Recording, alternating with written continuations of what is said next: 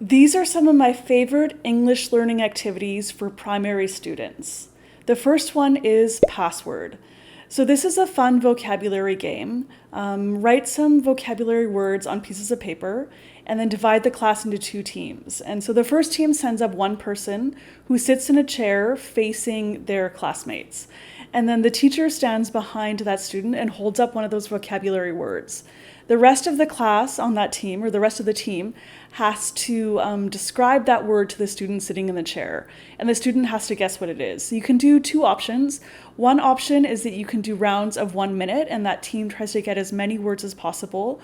Or you can time how long it takes for that team to get one word. Then the next team goes and then choose another student and play as many rounds as you want. So the next ideas I have for primary students are charades and pictionary. So charades is when you act out something and pictionary is when you draw something. So these are basically vocabulary games that I'm sure you've played before plenty of times.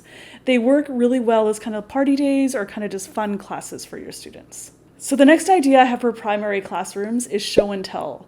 So students love to bring a little special thing in from home. They can also bring a picture of something if it's too big, like for example, a piano, or if it's, for example, like a pet, like a cat. Maybe they could bring a dog to school if their parents are willing, but things like a cat or maybe a snake might be a bit chaotic. So I love to just get students to bring in their special thing or a picture and then just talk about it for a minute or two in front of the class. And then I also love to ask a follow-up question or two, and then I encourage the other students in the class to also ask a follow-up question. Okay, the next idea I have is hot potato. So if you want to create some like fun and excitement in your classroom, try out this activity. So get an object. You can either get the real hot potato game, in case it's like, then in that case it's like the plastic potato thing, or you can get a soft object like a stuffed animal or maybe like a beach ball, something like that. I don't recommend anything hard because it gets kind of chaotic and sometimes students will end up throwing it. So I don't want anyone to get hurt. So have something soft. And then you can use the official hot potato game, or you can look on YouTube for hot potato game music. And then you play the music, students pass around that object. And when the music stops, the person holding that object has to do a task of some kind. So the task really is up to you. If they succeed, they get a little prize or they get a point or something for their team. If they fail, well, they're probably out of the game or they lose a point, something like that. Okay, so the next idea I have for primary classrooms is flashcards.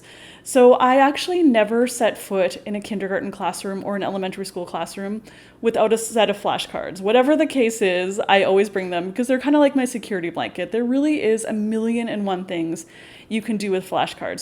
So for example, for ESL for very beginners, you could just simply show the flashcard and they could say what it is, a cat.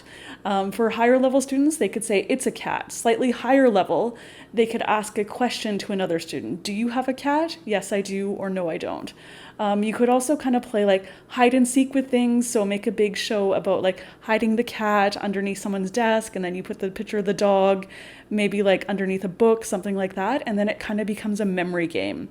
So you could ask students, where's the cat? Where's the dog? That kind of thing. Okay, so those are my quick ideas for games for primary school students. If you like this video, please be sure to check out my book, 101 ESL Activities for Kids. And please hit like, subscribe, and I'll catch you next time.